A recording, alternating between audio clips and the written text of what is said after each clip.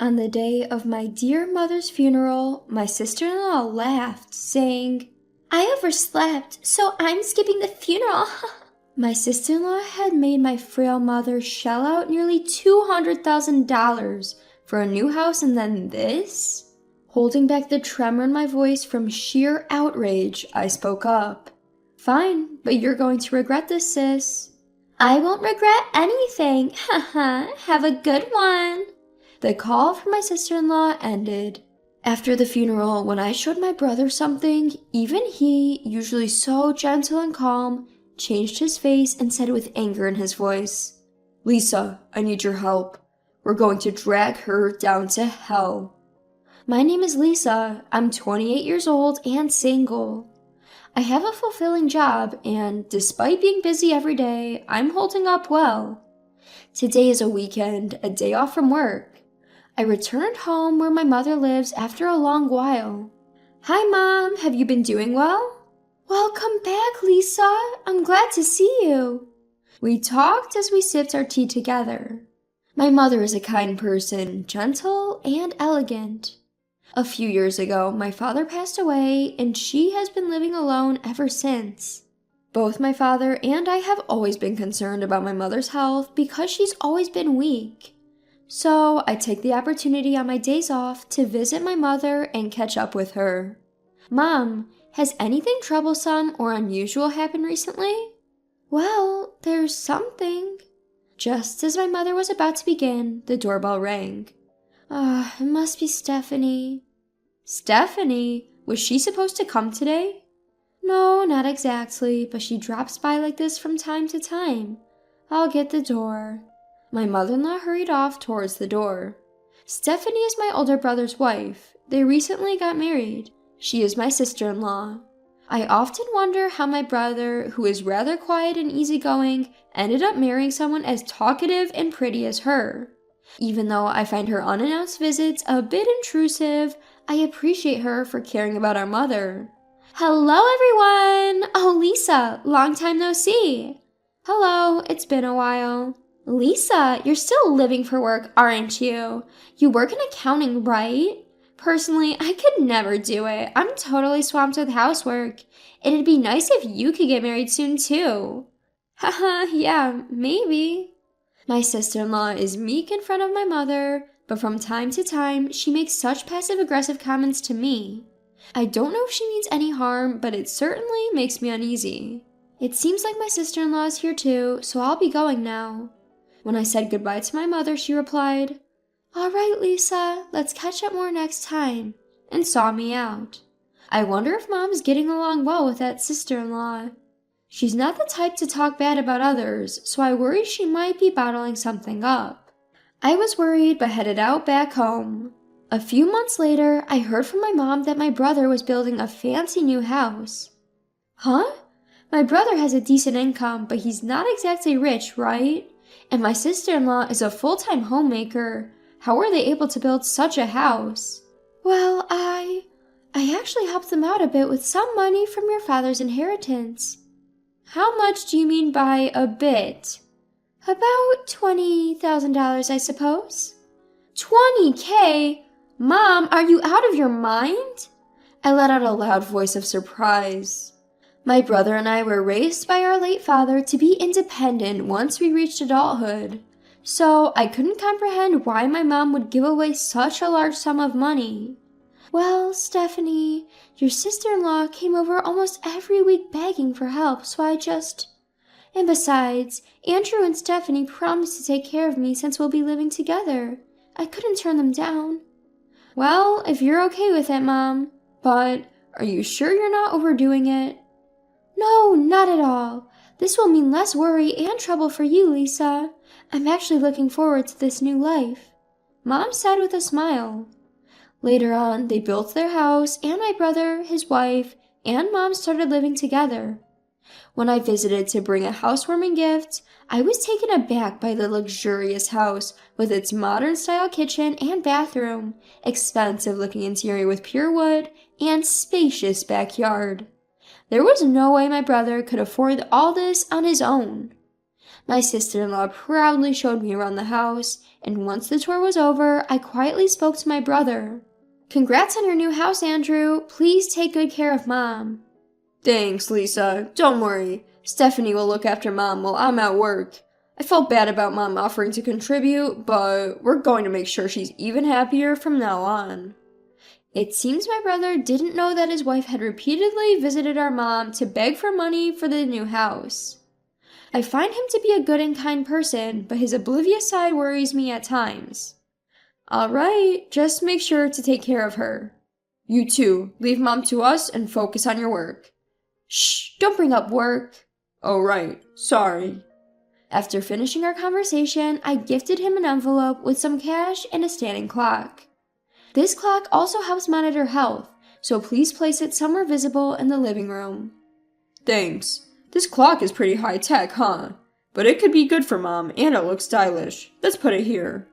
My brother placed the clock on a shelf in the living room. I should head home now. Take care. My sister-in-law was busy on the phone in another room, and I left the grand house with my mother and brother seeing me off.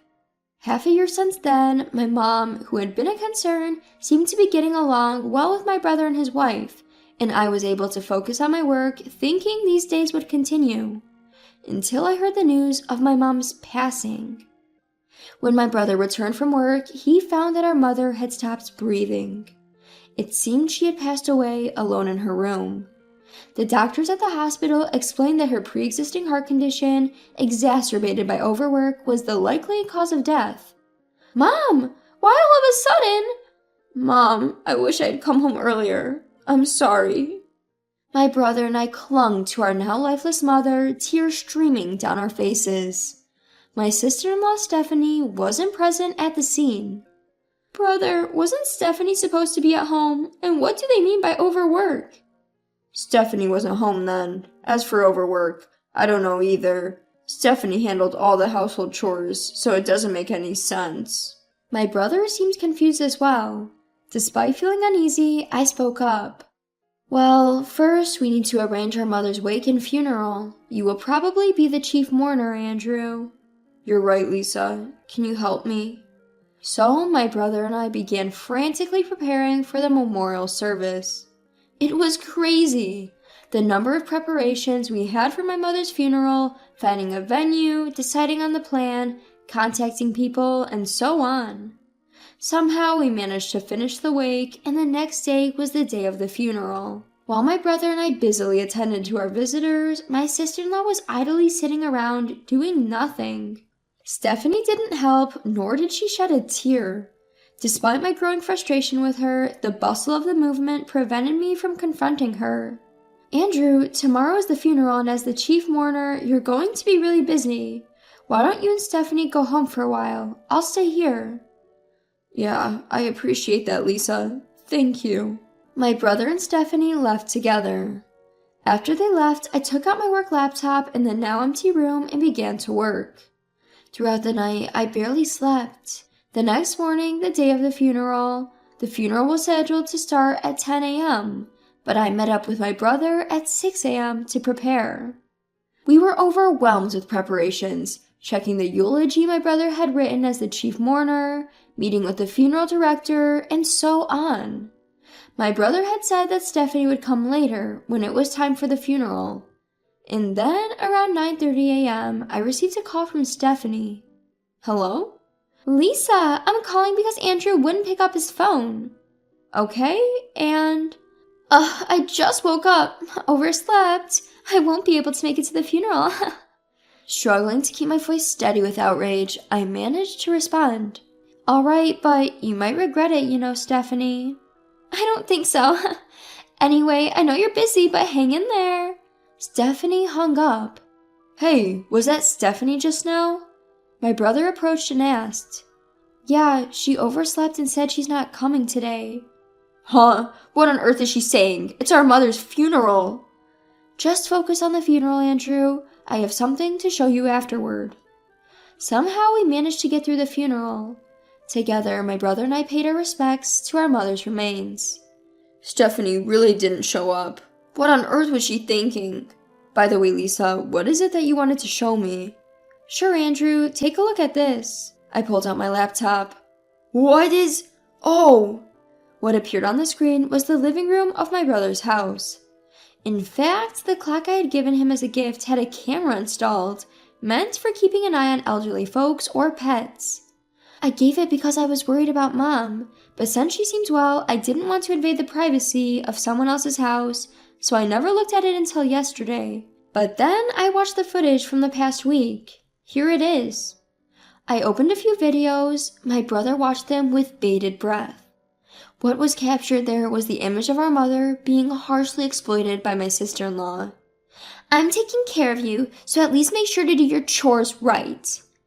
That's what Stephanie was saying, assigning all the household chores and tasks to my mom. From cooking to laundry to cleaning, my frail mother was seen to be made work to exhaustion. While my mother was busy with housework, my sister-in-law would doll up and go out. Upon viewing the footage of my mother, you could occasionally see her clutching her chest in discomfort and pulling out her phone, seemingly hesitating to call someone, then deciding against it. Mom couldn't tell us about the treatment she was receiving from Stephanie.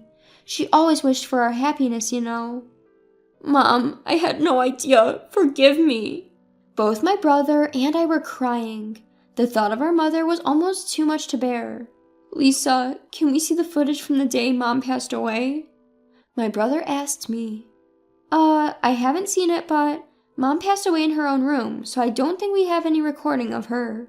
As I said that, I set the recorded footage to the date our mother passed away.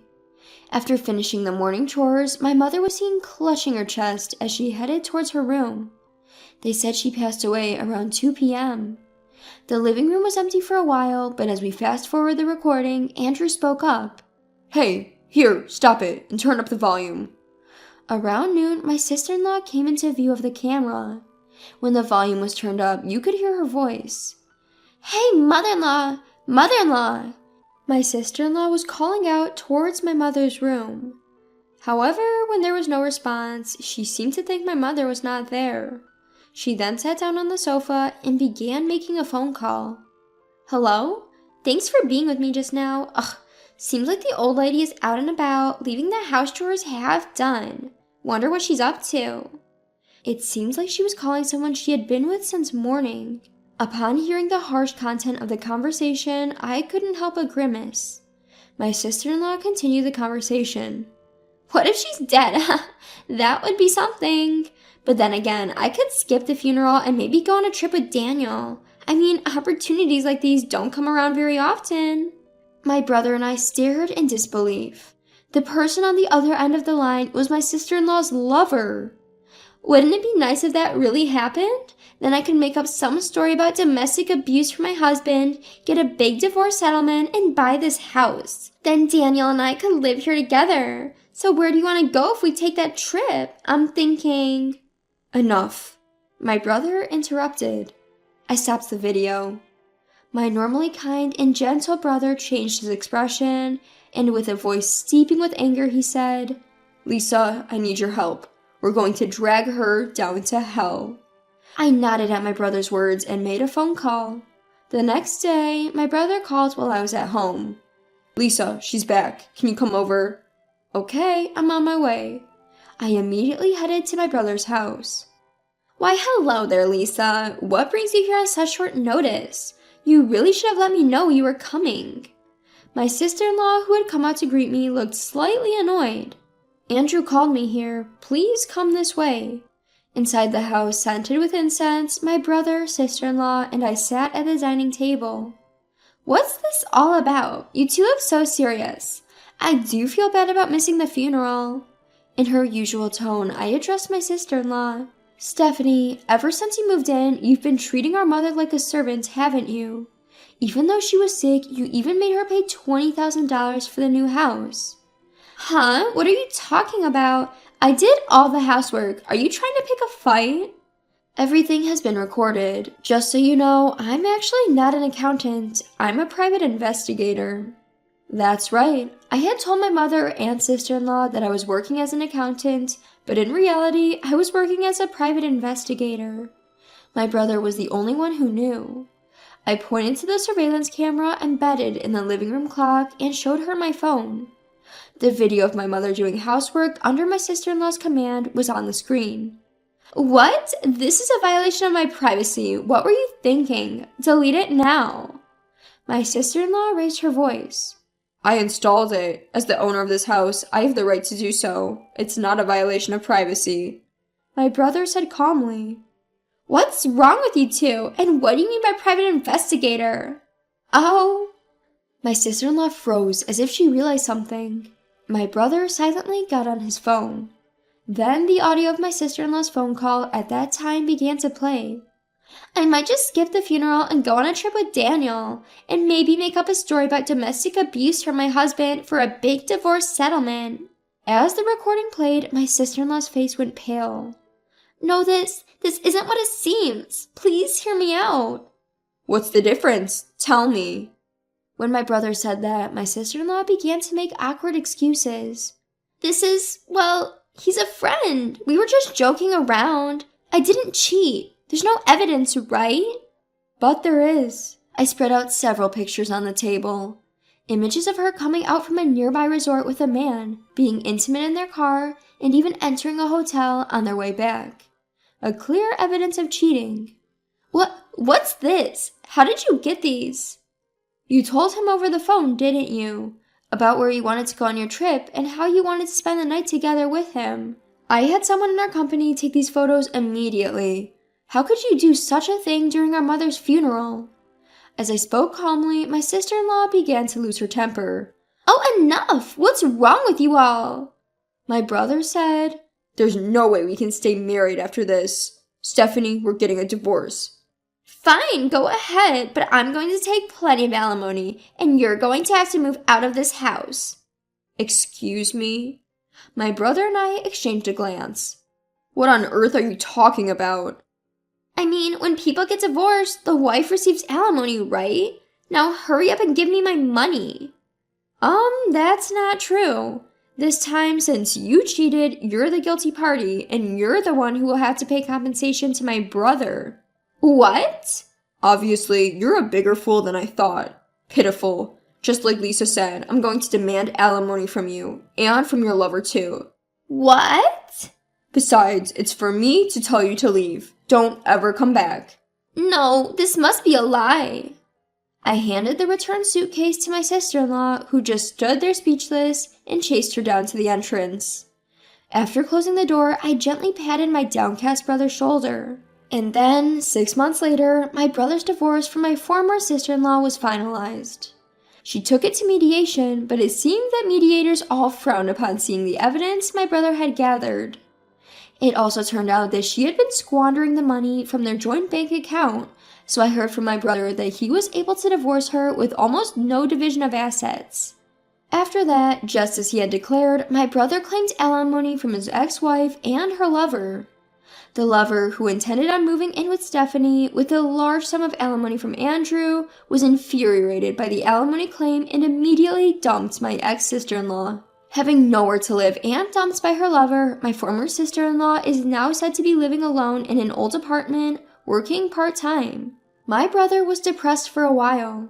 He sold the house and, saying he had had enough of marriage, he now lives alone. Seeing my brother looking so lonely, I'm thinking of introducing him to a kind woman I recently met through work. She is also a divorcee, so they might be able to relate to each other easily. With those thoughts in mind, I head out and work hard again today.